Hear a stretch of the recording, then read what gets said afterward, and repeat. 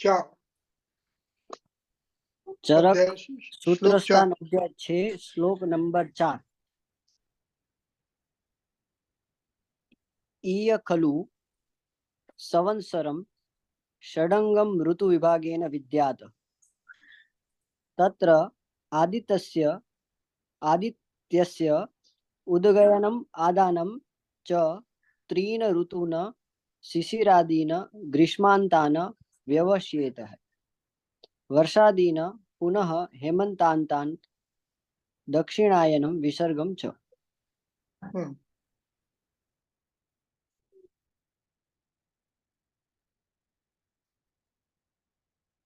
इस अध्याय में ऋतुओं का निर्माण कैसे होता है इसका विज्ञान बताया है।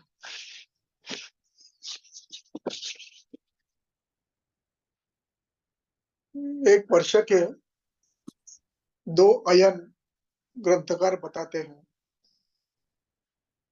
एक दक्षिणायन, एक उत्तरायन। और इन दो अयनों में तीन तीन ऋतु बनते हैं।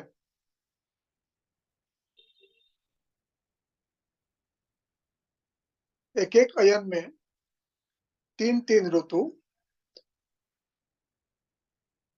सूर्य के प्रकर्ष से वर्धमान प्रकर्ष, क्षीयमान प्रकर्ष, सूर्य का बल, वर्धमान, क्षीयमान, इस प्रकार से ये ऋतु बनते हैं। वैसे ही दक्षिणायन में सोम का यानी चंद्र का यानी सौम्य गुणों का वर्धमानत्व, स्थिरत्व और क्षयत्व, इस क्रम से ये तीन तीन ऋतु बनते हैं। अब ये क्यों बनते हैं इसका विज्ञान बताया है। हमने पहले अध्याय में जो पढ़ा था, प्रथम अध्याय में, कि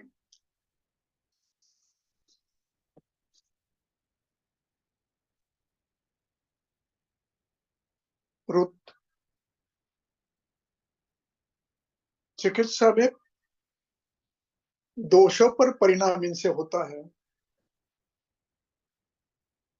इसलिए ये परिणाम पंचभौतिक होता है। इसलिए ऋषियों ने सामान्यम च विशेषम च गुणम द्रव्याणि कर्म च ज्ञात्वा सृष्टि के प्रतिभाव का दोषों से सामान्य इसका अध्ययन किया। वो द्रव्यता, गुणता, कर्मता किया और इस सामान्य के आधार पर और विशेष के आधार पर पंचभौतिक चिकित्सा की योजना की। जैसे ब्रह्मदेव ने पहले कहा, हेतु, लिंग, औषधि। दोष वृद्धि के हेतु, दोष क्षय के हेतु पंचभौतिक होते हैं। दोष क्षय के, दोष वृद्धि के लक्षण पंचभौतिक होते हैं और चिकित्सा हेतु के विपरीत होती है, वो भी पंचभौतिक होती है। इस बात को अधिक स्पष्ट करते करते ऋतुओं के निर्माण की चिकित्सा कैसी की जाती है। प्रति ऋतु में दोष सामान्य भिन्न है, दोष विशेष भिन्न है, वैषम्य है, कुछ क्षीण होते हैं, कुछ वृद्ध होते हैं और ये प्रत्येक ऋतु में भिन्न है और इसका परिणाम दोषों पर पड़ता है। अब इस दोष वृद्धि का परिणाम व क्षय का परिणाम अपने शरीर पर व्याधि प्रभाव न पड़े, इसलिए क्या करना चाहिए? उनका अनुभव था किस ऋतु में कौन से दोष बढ़ता है, यह अध्ययन किया था उन्होंने, और उसके रोग होते थे। इसलिए ग्रंथकार लिखते हैं, दोषों की वृद्धि कालादि से होती है, कालादि बल से होती है। कालादि का अभिप्राय है संवत्सर, उससे होता है एक वृद्धि, और दूसरी आहार आदि वशात पुनः,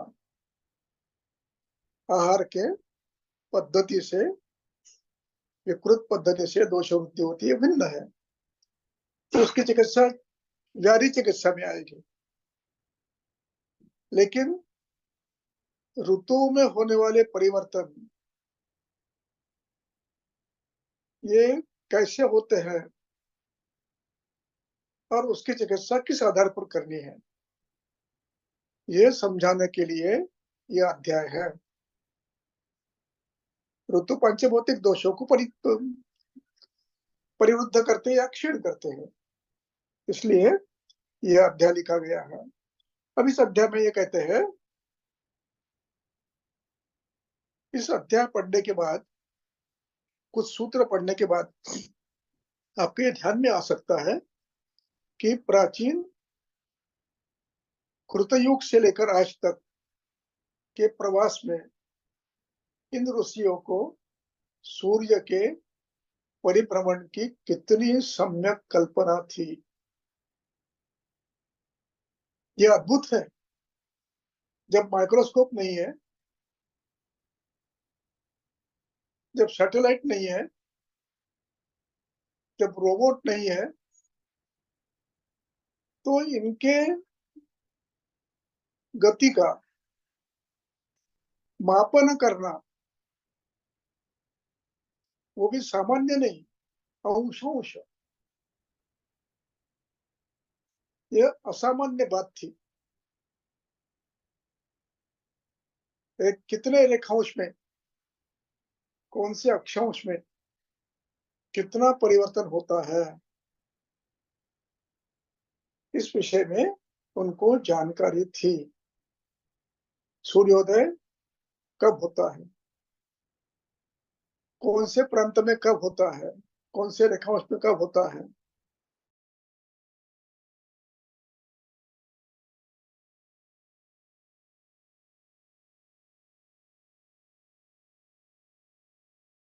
था। यह खलु संवत्सरम, संवत्सर यानी वर्ष, एक वर्ष।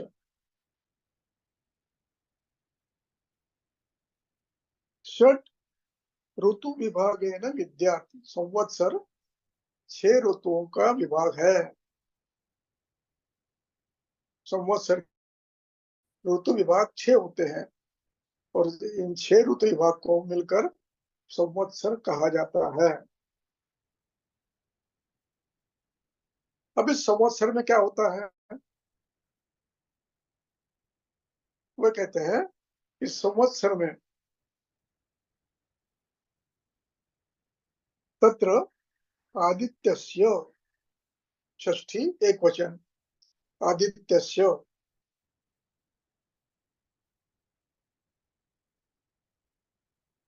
उदगमन, उदगयनम, उदगयनम, उदग यानी उत्तर, सूर्य का उत्तर, पृथ्वी के उत्तरार्ध में आना,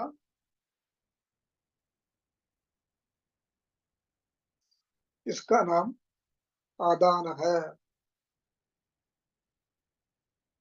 आदान शब्द का अर्थ है, उपसर्ग है, दा धातु है, और उससे आदान ये नाम बना है।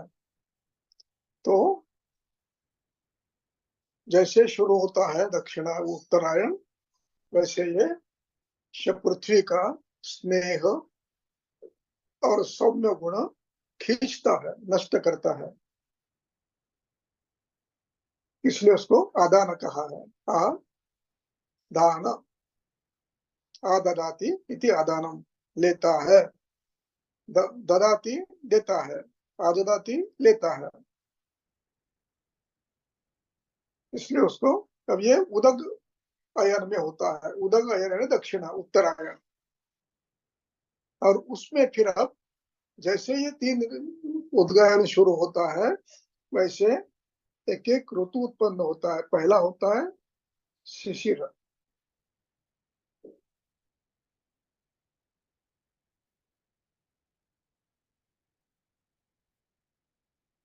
शिशिराधीन, शिशिरोत वसंत ग्रीष्मो, शिशिर, वसंत और ग्रीष्म। शीत क्षेत्र के 2 ऋतु होते हैं, हेमंत और शिशिर।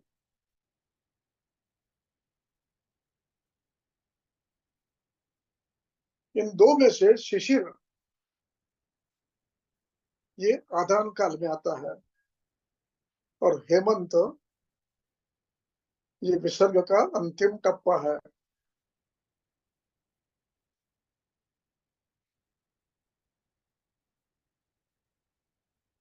अब इसमें 3 ऋतून शिशिरादीन ग्रीष्मांतान, शिशिर, वसंत, ग्रीष्म, व्यवस्थित समझना चाहिए, निश्चित समझना चाहिए। जब सूर्य उदगयन में होता है, उत्तरायण में होता है, तो 3 ऋतु बनते हैं। अब दूसरा हिस्सा ये हो गया आदान काल का। इसमें प्रति ऋतु में सूर्य का ऊष्मा बढ़ते रहता है, और बढ़ते बढ़ते वो ग्रीष्म में बलवान होता है, काल प्रकर्षात। अब इसमें श्लेष्मा क्षीणतम होता है ग्रीष्म में, सौम्य गुण कम हो जाते हैं, और ऊष्मा बढ़ता है, यानी पित्त वायु बढ़ता है ग्रीष्म में। वृक्षादि गुण बढ़ते हैं ग्रीष्म में। वसंत में श्लेष्म प्रकोप होता है। देखिए, उत्तरायण में वात प्रकोप भी होता है, श्लेष्म प्रकोप भी होता है। यानी उत्तरायण से मतलब केवल वात प्रकोप ये नहीं होगा, उत्तरायण के मध्य में श्लेष्म प्रकोप होगा, जहां उसका बल अच्छा होता है, तब वो श्लेष्म प्रकोप करता है। अब ये अच्छा इतना इतना उसका बल बढ़ जाता है, रुक्ष, परुष, विषद, तीक्ष्ण, खर, लघु, इनका बल इतना बढ़ जाता है ग्रीष्म में, कि ग्रीष्म में वात प्रकोप और पित्त प्रकोप दोनों हो जाते हैं। ये परिणाम सूर्य के गति का है। तब इसका सामान्य बदलता रहता है। उत्तरायण के मध्य में श्लेष्मा के लिए, प्रकोप के लिए सामान्य है।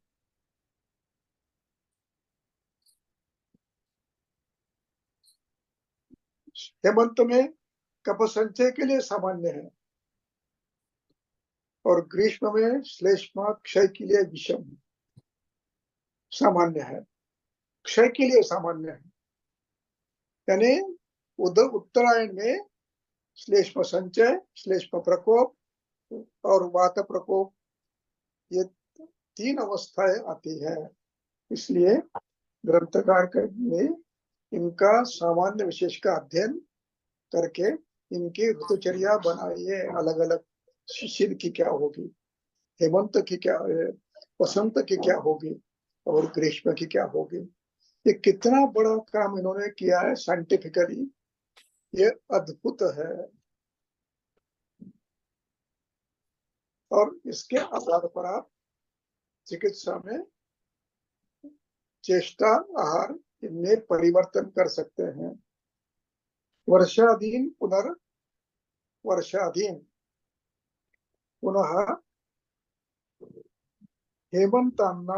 हेमंतान दक्षिणायनम। वर्षा से प्रारंभ होकर दक्षिणायन प्रारंभ होता है। दक्षिणायन के प्रारंभ में ग्रीष्म का परिणाम रहता है और शीत का परिणाम प्रारंभ होता है, इसलिए वात प्रकोप की शक्यता बलवान होती है। वर्षा के बाद आता है शरद। इसमें अनावृत सूर्य के कारण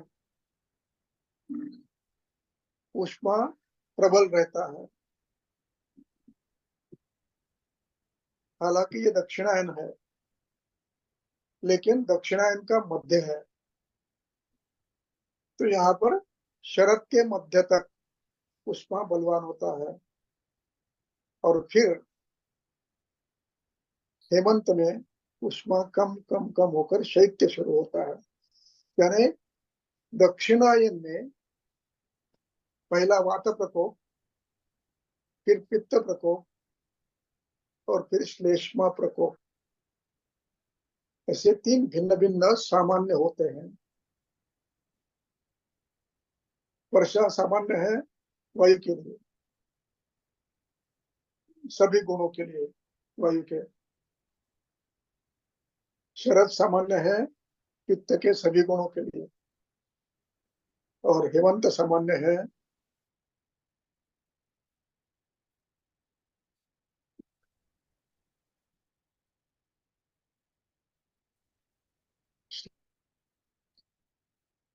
बलवान है, सोम गुण बलवान है, आदित्य गुण न्यूनतम है।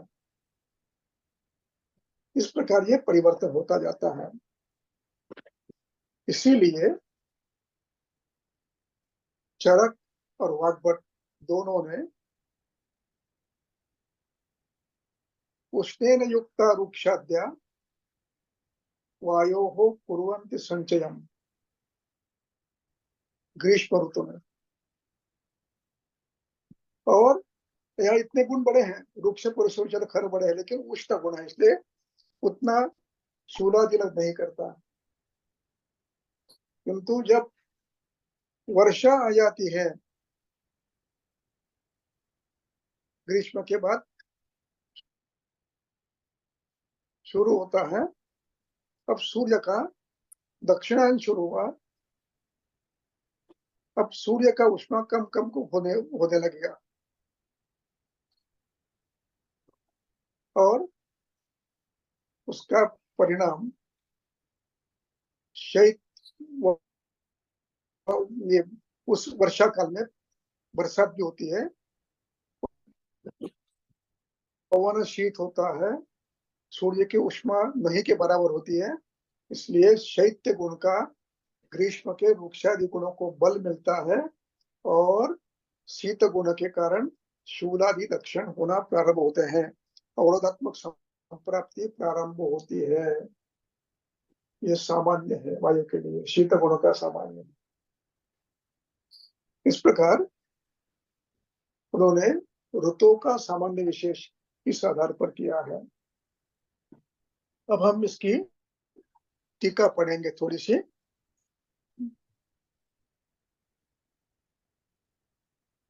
एक मिनट में बताता हूँ कहाँ से पढ़ना है।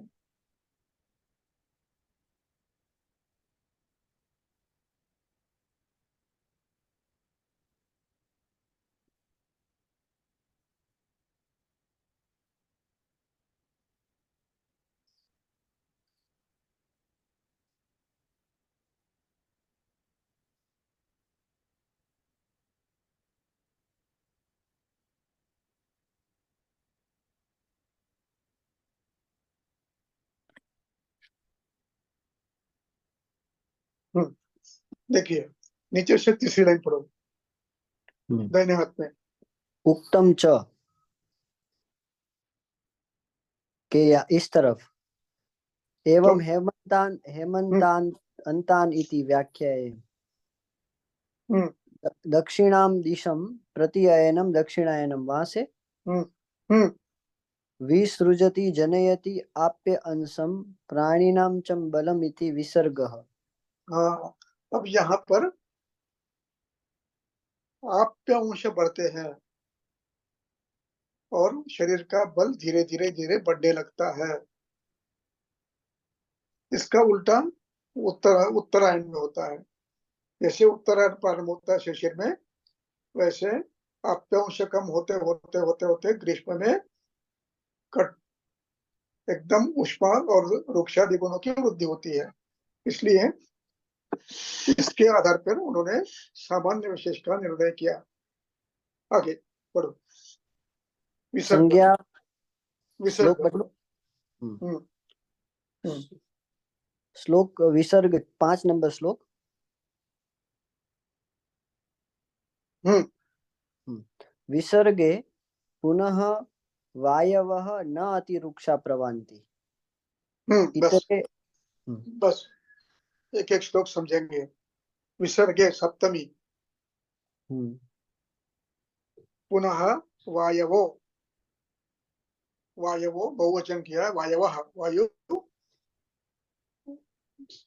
वायवः बहुवचन है, वायुवः अच्छा। प्रवान्ति, ये क्रियापद है। प्रकर्षण वान्ति प्रवान्ति, वान्ति इति प्रवान्ति गतिं करोति, वह गतिवाचक धातु है। वान्ति गति करते हैं। कैसे? नाति रुक्षाः, विसर्ग में वायु ज्यादा रुक्ष नहीं होता है। जितना ग्रीष्म में रुक्ष था वायु, वो अब धीरे धीरे उसका रुक्षता कम होते होते हेमंत में रुक्षता न्यूनतम होती है और शैत्य बढ़ता है, स्निग्ध गुण बढ़ता है, हेमंत में बढ़ना प्रारंभ होता है। हेमंत में विसर्ग का अंतिम काल है, इसलिए विसर्ग के दोष गुण बलवान होते हैं। अब इसलिए अब अगली पंक्ति पढ़ो। इतरे इतरे पुनः आदानेः सोमः च अव्याहत बलः शिशिराभिः भारभिः आपूर्येण जगदा आप्यायति शाश्वत। हम्म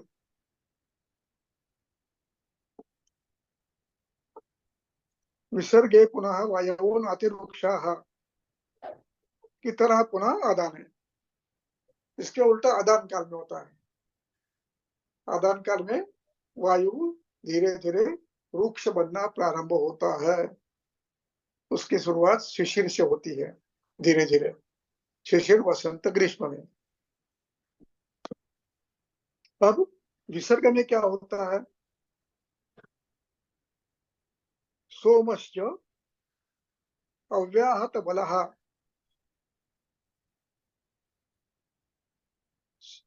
यानी विसर्ग काल का अंतिम टप्पा हेमंत है, उसके बाद शिशिर होता है।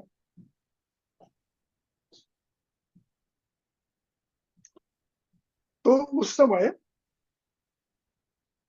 सोमश्च अव्याहत बलः, सोम गुण यानी अनाग्नेय गुण ये बलवान होते हैं और शिशिर में उसका बल अच्छा उत्तम बन जाता है।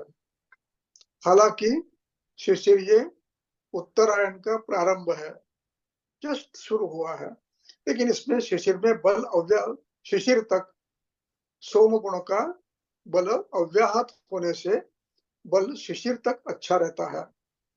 इसीलिए ज्वर चिकित्सा में ये कहा है कि शिशिर ऋतु हालांकि आदान काल है, फिर भी इसमें बल अच्छा होने के कारण लंघन आप दे सकते हैं ज्वर में।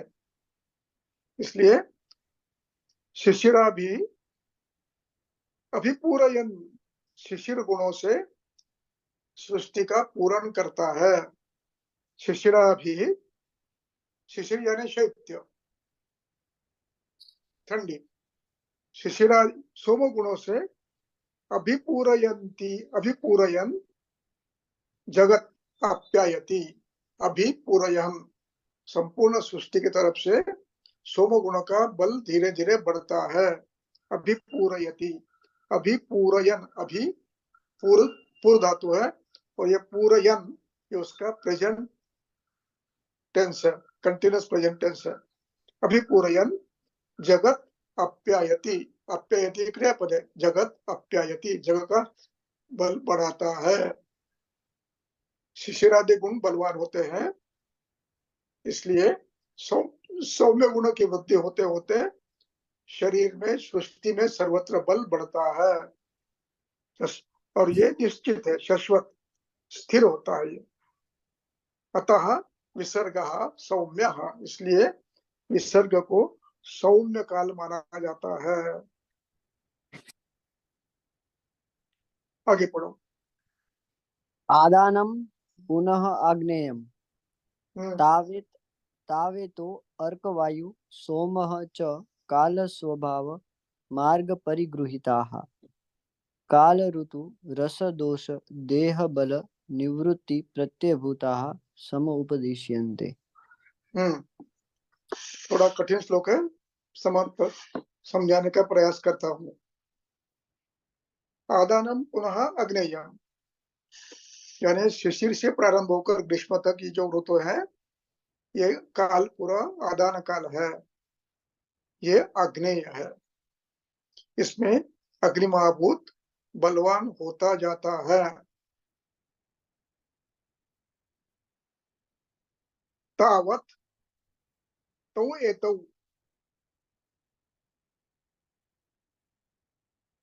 तौ एतौ अर्कवायु, तौ एतौ अर्कवायु सोमश्च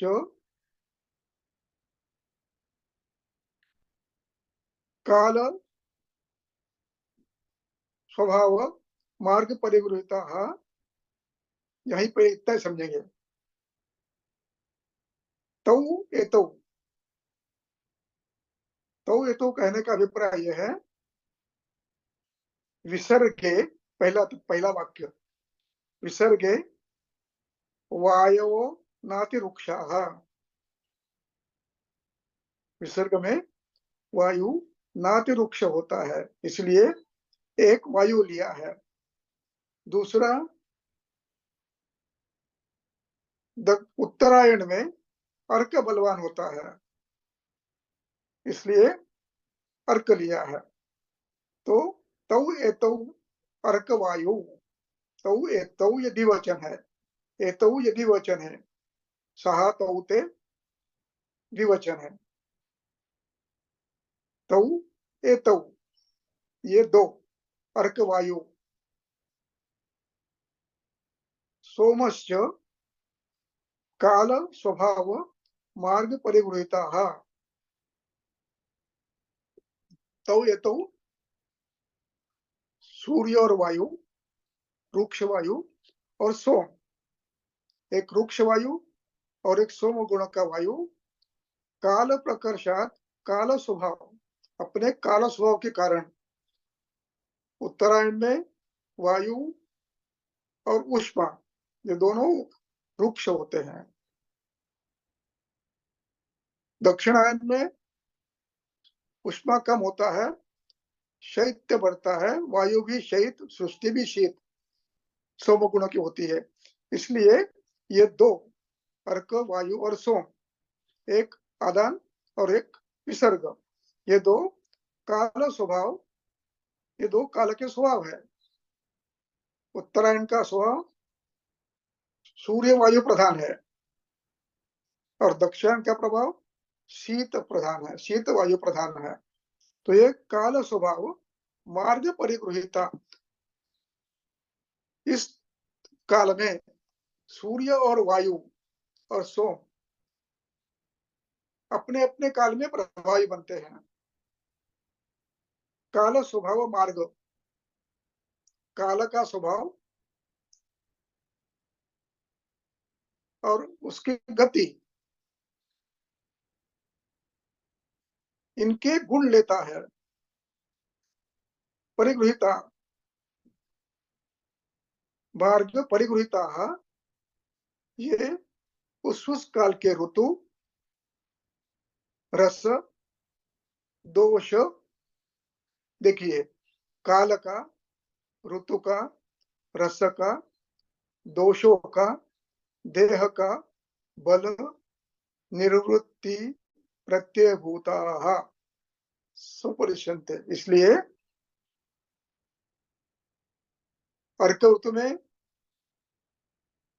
वायु का बल बढ़ता है, अग्नि का बल बढ़ता है, और शिशिर में काल, ऋतु, रस, दोष, देह, बल, निवृत्ति, प्रत्ययभूता सुपरिशन्ते।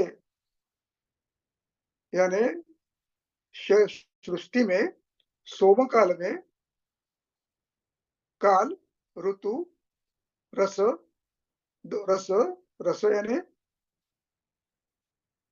तिक्त, कषाय, कटु, सोम ऋतु में काल, ऋतु, रस, दोष, उस आधार पर हेमंत, शिशिर में शैत्य, दोश्लेष्मा, देह, पूरा देह, इनमें बल निवृत्ति होती, इनमें बल बढ़ते जाता है। शिशिर से सोम गुण का, ये अग्नेय गुण का, सॉरी, विसर्ग काल में काल, ऋतु, रस, दोष, इनका बल बढ़ते जाता है, और उदयन में इनका बल क्षीण होते जाता है। ये हमने निवृत्ति प्रत्ययभूता, ये हमने अनुभूत करते हैं। समुपरिष्यन्ते, तो अनुभव के बाद हम बता रहे हैं कि 3 ऋतुओं में, 6 ऋतुओं में दोष, काल, ऋतु, देह, इनका बल एक उदगयन में कम होते जाता है और सोम विसर्ग में बढ़ते जाता है। ये हमने देखा है, प्रत्ययभूता, और वो उसको हम बता रहे हैं। आगे पढ़ो।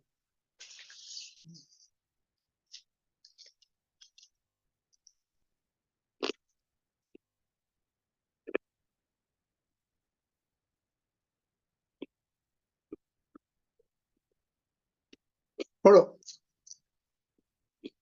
तत्र रवि भाभी,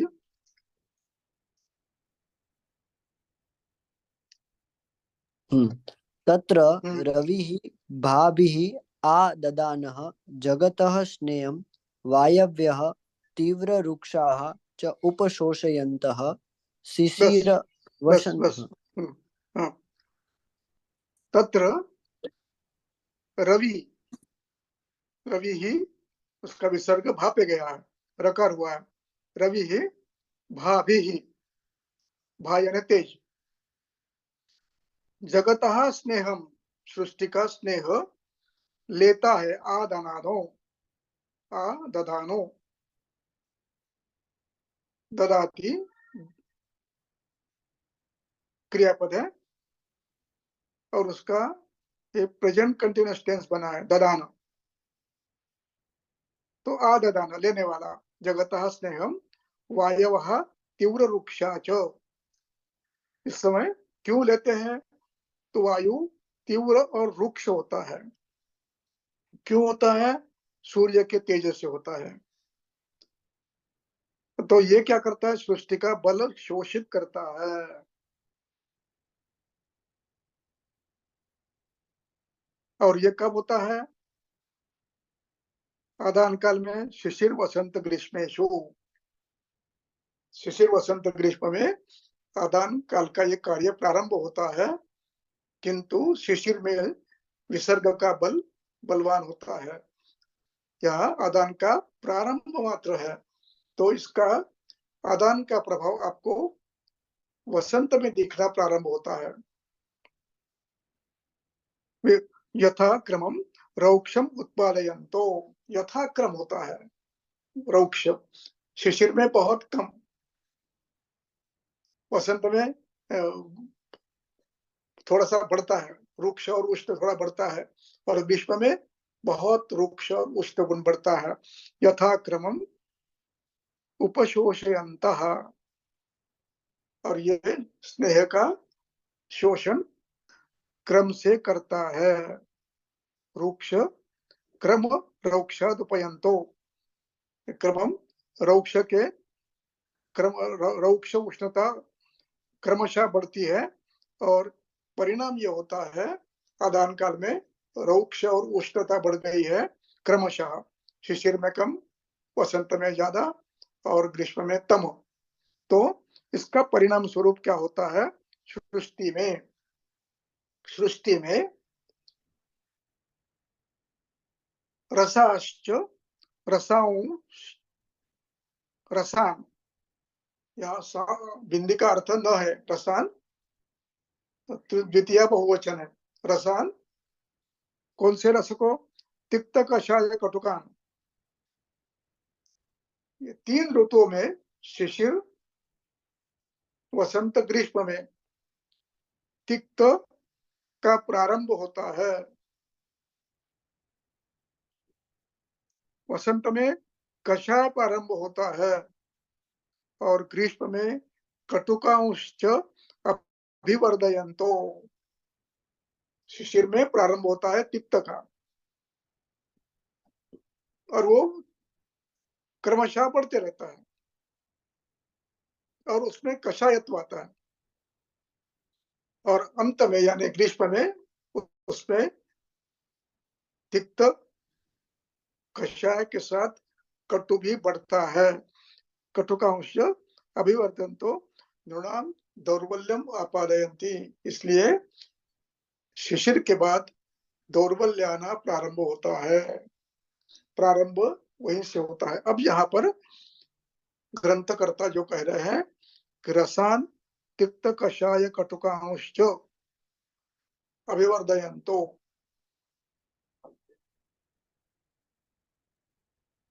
यहाँ पर समझना है, शिशिर में तिक्त रस बलवान होता है, इसका अर्थ यहाँ पर प्रारंभ होता है, तिक्त रस का प्रारंभ होता है,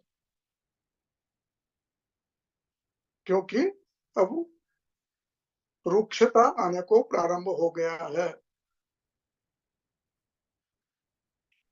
रुक्षता आना प्रारंभ हो गया है, इसलिए वहां पर तिक्त रस का प्रारंभ होता है। यानी यहाँ पर अभिप्राय क्या है वो समझना है। सृष्टि में वायु के गुण प्रारंभ होते हैं, और उस समय वायु और आकाश, इनका प्राबल्य प्रारंभ होता है। ये अभिप्राय तिक्त रस बढ़ता है, इसका अभिप्राय आकाशीय वायवीय पंचमहाभूत जहां पर बलवान होते जाते हैं। ये जरूरी नहीं है कि हर वस्तु इस समय शीशे में यही होगी, तिक्त ही होगी, लेकिन अनुरस के रूप में ये प्रारंभ हो गया है। आकाशीय वायवीय तत्व का प्रारंभ सृष्टि में हो गया है, ये उसका अभिप्राय है। अब कषाय वसंत ऋतु में अब आकाशीय कम होकर यहाँ पर पार्थिव आप्य बढ़ने लगता है। आप्य किस प्रकार बढ़ता है? जो श्लेष्मा घना था वो द्रवित हो रहा है, और सृष्टि में, और यहाँ पर कषाय रस की निर्मिति यानी पार्थिव गुणों की रुक्षादि गुणों के साथ निर्मिति, यह अर्थ है सृष्टि में, न कीड़स की निर्मिति। सृष्टि में वायु के गुण बढ़ रहे हैं और पार्थिव गुण है, इसलिए कषाय बलवान होता है, सृष्टि का रस कषाय होता है। यानी पार्थिव वायवीय भाव ज्यादा होते हैं, अणु ज्यादा होते हैं। और अंत में यानी ग्रीष्म ऋतु में अब प्रखरता से वायवीय आग्नेय भाव प्रकट होने लगते हैं, इसलिए उसको कटुरस में समाहित किया है। यानी 3 ऋतुओं में महाभूतों की अंशांश कल्पना बदलती जाती है। जब अंशांश कल्पना पंचमहाभूतों की वायवीय आकाशीय अधिक होने लगती है तो उसको तिक्त कह दिया। ये वनस्पति का रस नहीं है, ये सृष्टि का पंचभौतिक संगठन है। वसंत में पार्थिव अधिक है, पंचमहाभूत संगठन है, पार्थिव बलवान है, विलयित है, इसलिए उसको कषाय रस नाम दे दिया है। वास्तव में रस कषाय नहीं है, ये वायु और पार्थिव का उत्पादन शुरू हो गया है महाभूतों में, बल बढ़ने लगा है। और ग्रीष्म में आग्नेय और वायवीय का बल बढ़ने लगा है, ये इसका अर्थ है। इसका अर्थ ये नहीं है कि सृष्टि का सब हर वस्तु उस समय तिक्त लगेगा, कषाय लगेगा, ये अर्थ नहीं है। तो कषाय, और परिणाम ये होता है कि नृणाम दौर्बल्यम आवयंती, शरीर का दौर्बल्य आने लगता है। चलो आगे। श्लोक नंबर 7। वर्षा हम्म शरद हेमंतेषु तु दक्षिणाभिमुखे अर्के कालमार्ग मेघवात वर्ष अभिहत प्रतापे शशिनि च अव्याहत बले हम्म महेंद्र सलील प्रशांत संतापे जगति अरुक्षा रसाः प्रवर्धन्ते अम्ल लवण हम्म मधुराः यथा हम्म क्रमं तत्र बलम् उपचीयति नृणामिति। दक्षिणाभिमुखे अर्के, सूर्य दक्षिणायन में प्रवेश कर रहा है। अभिमुख यानी प्रवेश करना। ये 3 ऋतु है, वर्षा शरद हेमंत। अब इसमें काल, सूर्य का मार्ग, मेघ वर्षा ऋतु का वायु,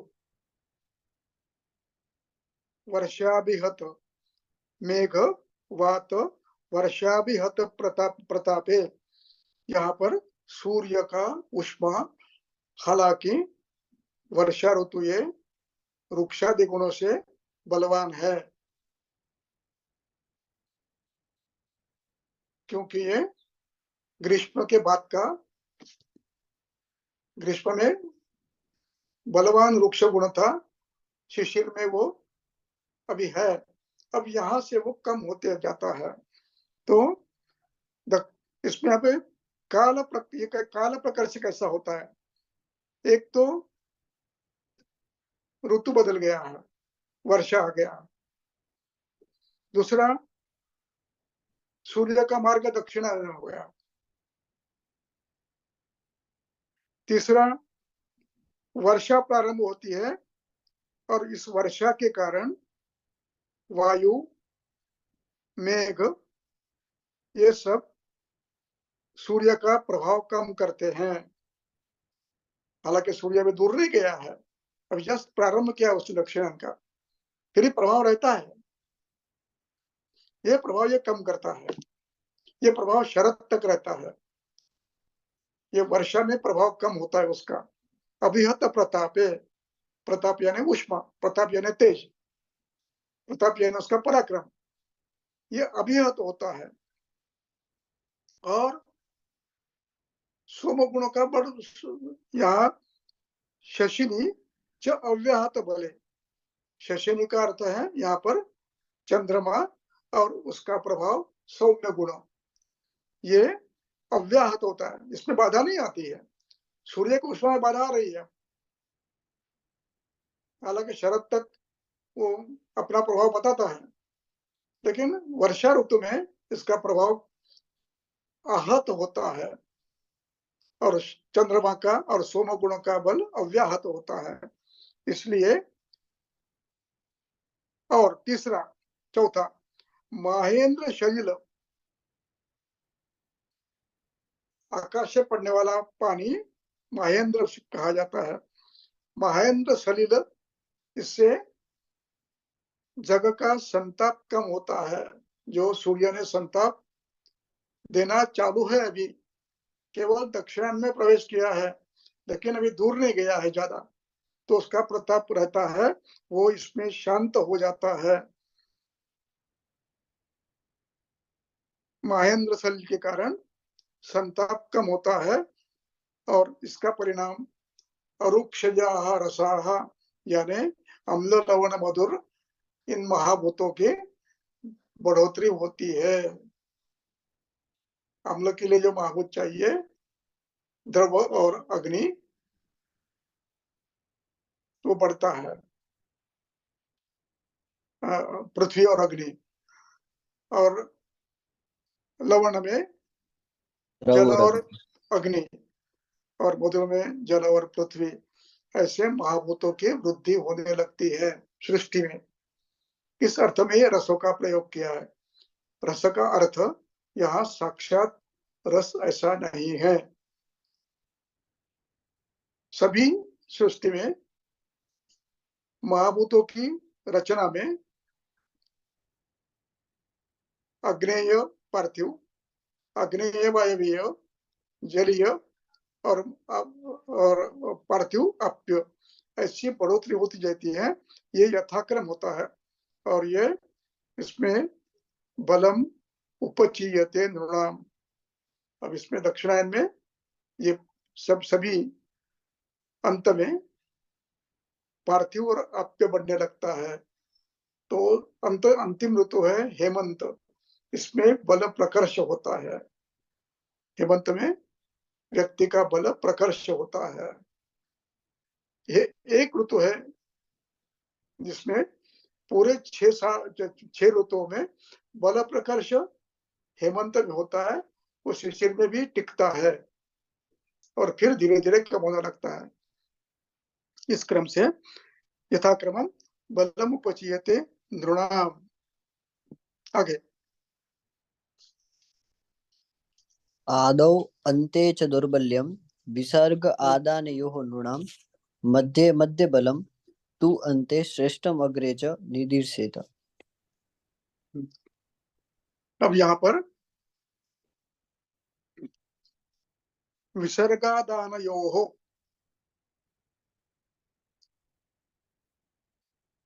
विसर्ग और आदान दोनों का, दोनों के परिणाम से नृणाम दौर्बल्यम,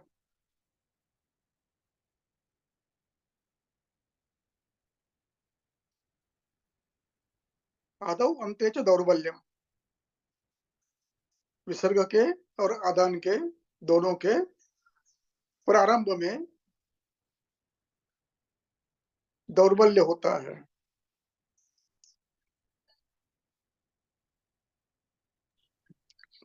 मध्य मध्य बल होता है,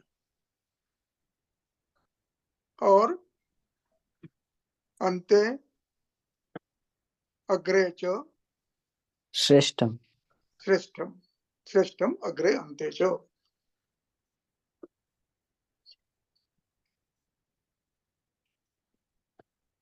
विसर्ग के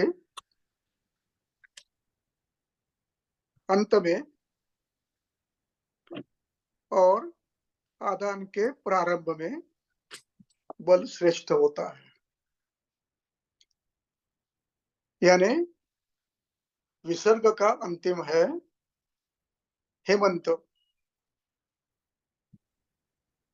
और आदान का प्रारंभ है शिशिर, शिशिर। इसलिए दोनों में बल उत्तम होता है। और मध्य में मध्य होता है, और विसर्ग में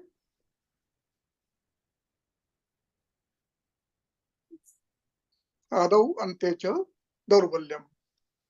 विसर्ग में शुरुआत में दौर्बल्य होता है, और अंत में विसर्ग के आदान के अंत में। आदान के अंत में इसका बल न्यून होता है। इस प्रकार ये समझना है। अब इसके बाद, ये इतना विषय समझने के बाद अब इन्होंने दोषों के गुणों के साथ सामान्य का अध्ययन किया, और उस अनुसार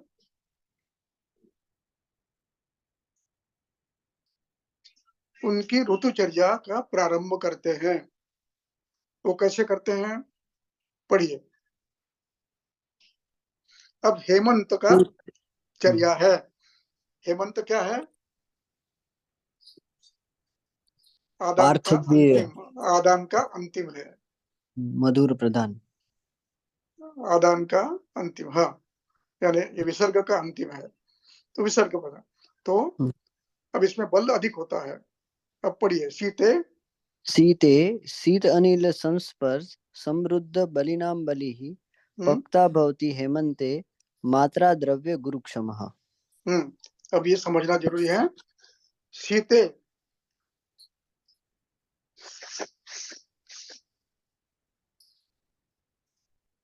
हेमंत ये शीत ऋतु है, और शिशिर उसका अगला पड़ाव है। तो शीत ऋतु में अनिल स्पर्श संरुद्धो, शीते शीत अनिल स्पर्श संरुद्धो, यह सामाजिक शब्द है। शीतस्य अनिलस्य स्पर्शेन संरुद्धः। ठंडे प्रवाही वायु के स्पर्श से संरुद्धो पक्ता बलिर्भवति। अब संरुद्धो पक्ता बलिर्भवति, बलिना संरुद्धो पक्ता बलि भवति। इस बात को समझना है, ये कैसे होता है। एक, शरीर के बहिर्गामी स्रोतस है स्वेदवह, ये अवरुद्ध हो गए हैं, इसलिए ऊष्मा, शरीर का ऊष्मा शरीर के बाहर नहीं जाता है स्वेद के रूप में, और स्रोतस अवरुद्ध है, ये ऊष्मा शरीर में बंद रहता है, और इसका परिणाम शरीर का जाठराग्नि बलवान रहता है। इस रुद्ध ऊष्मा का बल जाठराग्नि को मिलता है, इसलिए पक्ता बलि बनता है, बलवान होता है। इसके विरुद्ध ग्रीष्म में होता है, पसीना आता है, पसीना आता है, पसीना आता है, धातु क्षीण होते हैं, और अग्नि दुर्बल होते जाता है।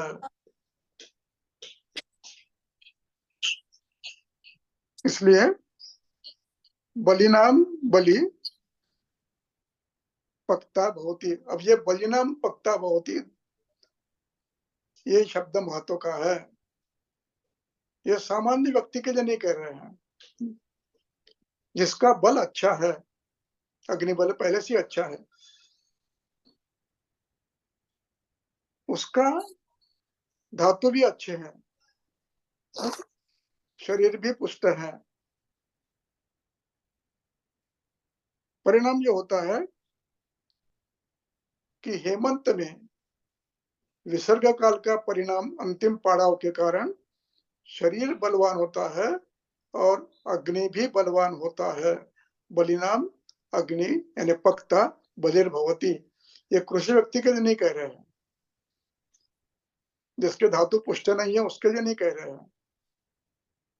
जिसके धातु पुष्ट है विसर्ग काल में, उसका अग्नि हेमंत में बलवान होता है। ये बलवत्ता की व्याख्या क्या है, क्राइटेरिया क्या है?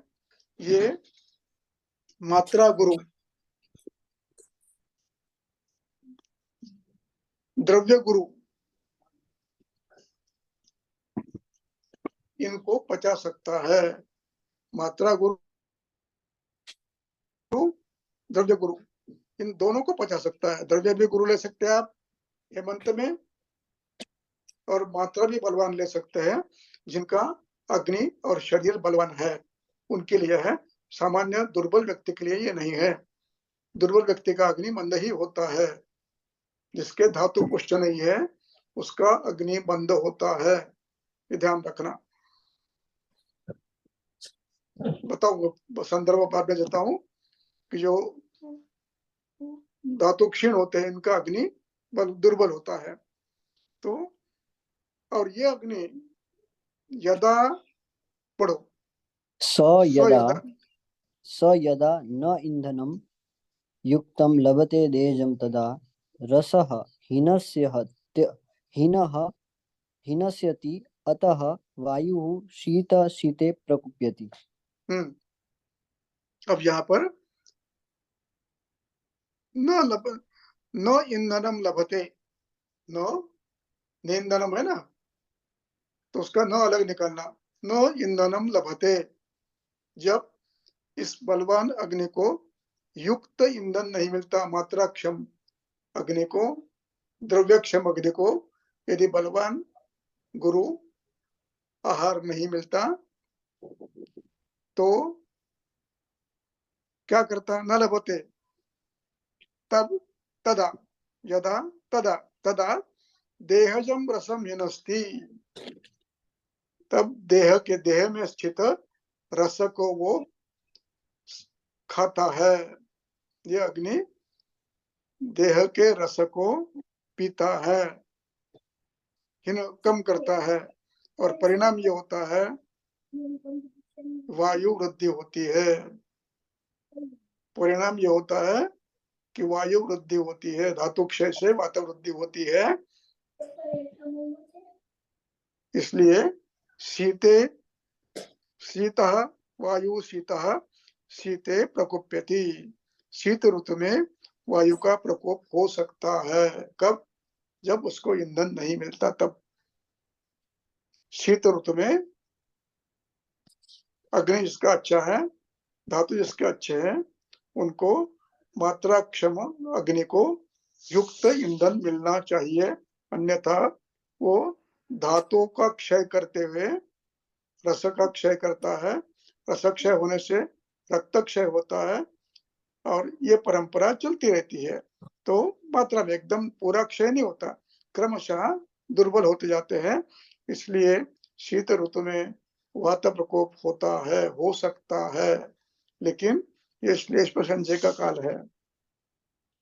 इसमें यदि आप आहार नहीं दोगे तो शीत गुण से वायु कुपित होगा। शीत आदि इन गुणों से वायु कुपित होगा। आगे पढ़ो।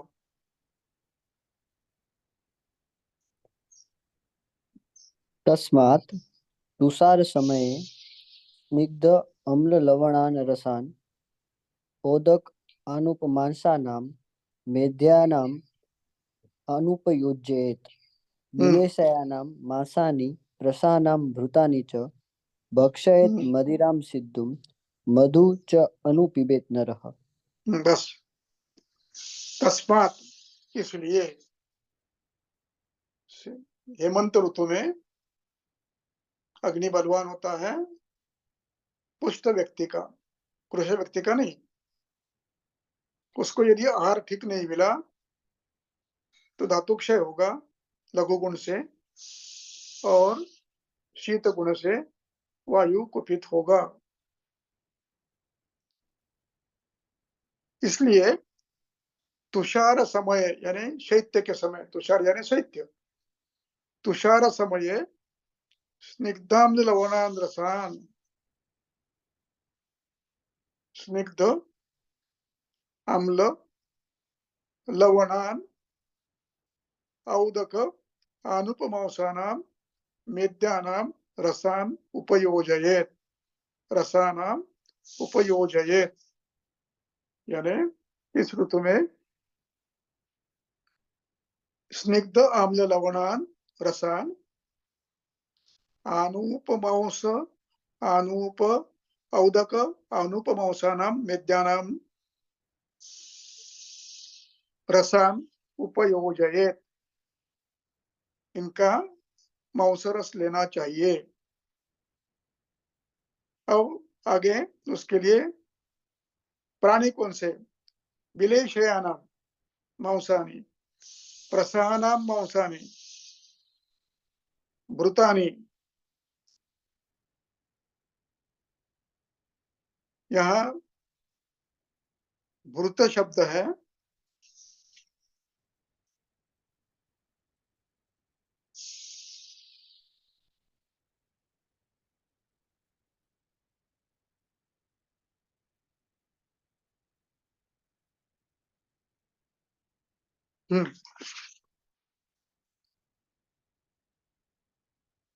यहाँ भृत शब्द का अर्थ देखना जरूरी है, बार में देख लो। प्रसानाम भृतानि च, खाने चाहिए। और इसके बाद अनुपिबेत, अनुपिबेत च अनुपिबेत न रहा, अनुपिबेत बाद में पीना चाहिए। अनुपान रूप में क्या पीना चाहिए? मधु, सीधु, मदिरा, मधु, मदिरा, सीधु, मधु, ये इनमें से किसी एक का अनुपान भी करना चाहिए।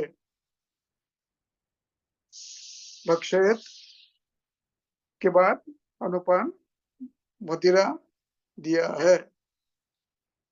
मांसाशन के बाद प्रायः अनुपान मदिरा लेनी है, सीधु लेना है। और जो मांसाशन नहीं करते और गुरु, उनको आसव लेने चाहिए।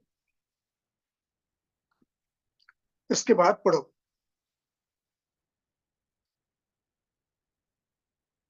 पढ़ो।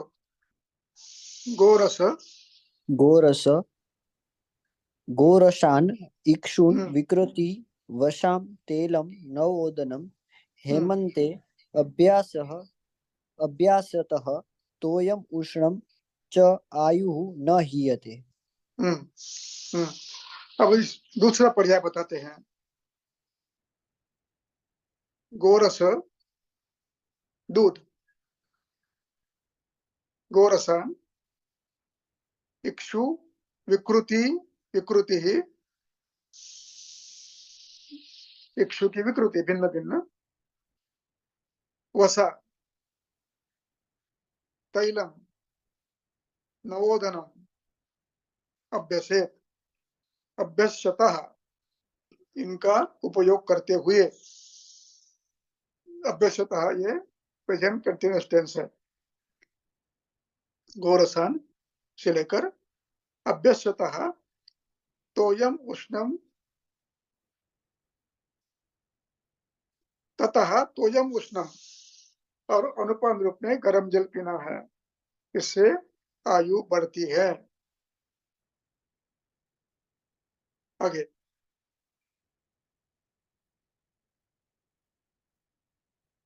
बढ़ो। अभ्यंग उत्सादनं मूर्धनि तेलं झेन्ताकम् आतपं भजेत् भूमिगृहं च उष्णं उष्णं गर्भगृहं तथा। अब इस ऋतु में शैत्य बलवान है, देह पुष्ट है, आहार मधुर है। अब ऋतु का गुण है शीत, मधुर। इसमें उसके विपरीत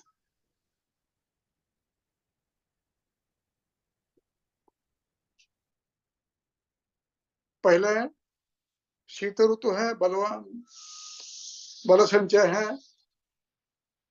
लेकिन अग्नि उत्तम है, इसलिए आहार मधुर प्रधान कफ प्रधान बताया है। विसर्ग काल का अंतिम छोर है। फिर भी उत्तम बल होने के बावजूद भी यहाँ पर आनूप औदक मांस बताए हैं।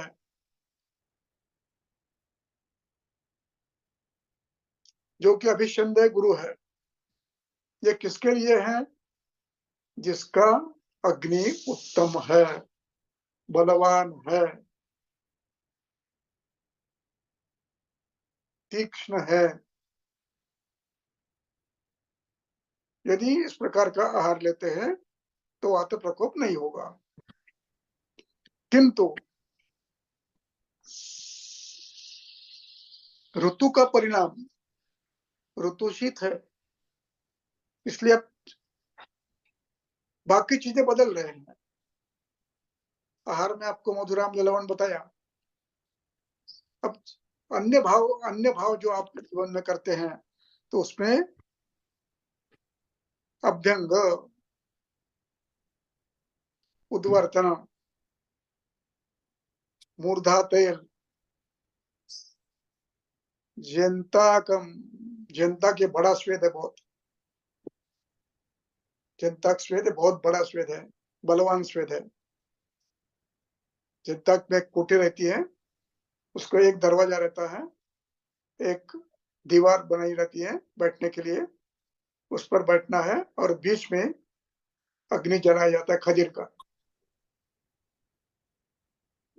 धुआं धुआं नष्ट होने के बाद जब केवल उसके कोयले बचेंगे तब आदमी को वहां प्रवेश करना है। वो दीवार में जो सटी हुई एक ये बनी है, दीवार बनी है बैठने के लिए, उसके हाथ लगाते लगाते लगाते एक जगह बैठ जाना है। और जब स्वेद आए, पूरा कमरा बंद है, अग्नि जल रहा है और स्वेद दे पूरा अभिषंग निकल जाता है, और उसके बाद फिर उसी जगह से दीवार को हाथ लगाते लगाते लगाते लगाते बाहर आना है। ये इतना बलवान स्वेद है, वो लेने के लिए कहे। क्यों? विपरीत ऋतु, विपरीत शैत्य बलवान है। जनताकम आतपम, आतपम जो धूप भी लेना है। भजे भूमि गृहम, जमीन के अंदर गरम गरम जगह बनाकर, सतह बनाकर उस पर रहना चाहिए। उष्ण गृहम, घर को गर्म करना है। ये जलाओ, क्या बोलते हैं उसको, कोयला जलाओ, लकड़ी जलाओ, हीटर लगाओ, गर्भगृह बनाओ। तो इस प्रकार उष्ण का प्रयोग करना है। आगे शीतेषु संवृतं सेव्यं यानं हम्म, शयनम् आसनं देखिए प्रवा यहाँ पर एक बहुत बड़ी बात बताई है। शीतेषु, हेमंत ऋतु में क्या करना है? संवृतम, संवृत यानी आच्छादित, पर्दे लगाए हुए, ऐसा संवृतम सेव्यम, क्या? यानम शयनम आसनम। यान यदि प्रवास कर रहे हैं तो चारों तरफ से उसको आच्छादित करो, ठंडा हवा न लगे। शयनम, जहां आप सो रहे हैं वो पूरी तरह से बंद रखे और आवृत रखे। और आसन भी ऐसा हो कि जो संवृत आसन है, यानी खोली सब तरह चारों तरफ से बंद है और आसन भी गरम गरम है, ऐसे आसन पर बैठना चाहिए। और उसके लिए आगे पढ़ो। प्रवार अजीन कोशेय प्रवेणी कुथकः स्तुतम् गुरु उष्णवासा दिग्दांगो गुरुणा अगुरुणा सदा। अब यहाँ पर ये संवृत्त कहना है शयन, आसन, यान को, तो उसके लिए प्रावार, अजिन, कौशेय, प्रवेणी और कुथक, इनसे इसको आस्तृतम बिछा हुआ है, लगाया हुआ है, ऐसा ये करना चाहिए। 17 पढ़ो, 16 छोड़ दो। जी। हम्म, हम्म, ये वर्जेत 18, वर्जेत हाँ, हाँ, अन्नपानानि। वर्जेत अन्नपानानि वातलानि लघूनि च हम्म, प्रवातम प्रमिताहारम उदमंथम हिमागमे। हम्म, वर्जयेत अन्नपानानि वातरानि लघूनि च, लघु, शीत, ऐसे आहार वर्ज करना है। वातरानि लघूनि च, प्रवात, प्रवात का अर्थ ये लेना है कि प्रवाही वायु, प्रवाही यानी आंख पर सीधा आ रहा है, जोर से बह रहा है, ये नहीं करना चाहिए, सेवन करना चाहिए। प्रमित आहार, आहार कम नहीं लेना चाहिए। वर्जयत, प्रमित आहारम वर्जयत, उदमंथम च वर्जयत, उदमंथम यानी द्रव प्रधान आहार, मंथ, ये नहीं पीना है। हिमाग में, यहाँ पर हेमंत की ऋतुचर्या, जो कि ऋतु के गुणों के विपरीत और अग्नि बल का विचार करते हुए बलवान आहार, और जिसका अग्निबंध है उसको बलवान आहार नहीं देना चाहिए। धातु पुष्टिकर आहार दे सकते हो, लेकिन बलवान आहार नहीं देना है, आशा वरिष्ठ देने हैं और बल धीरे धीरे बढ़ाना है। आज यही रुकते हैं, कल आगे जाएंगे। कुछ प्रश्न है तो पूछो। किसी को कोई प्रश्न है तो पूछ सकते हैं।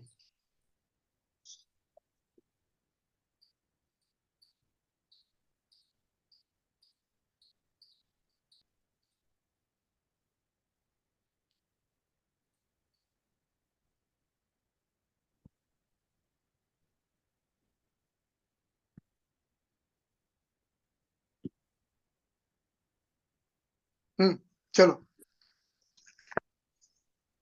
गुरु जी धन्यवाद, प्रणाम।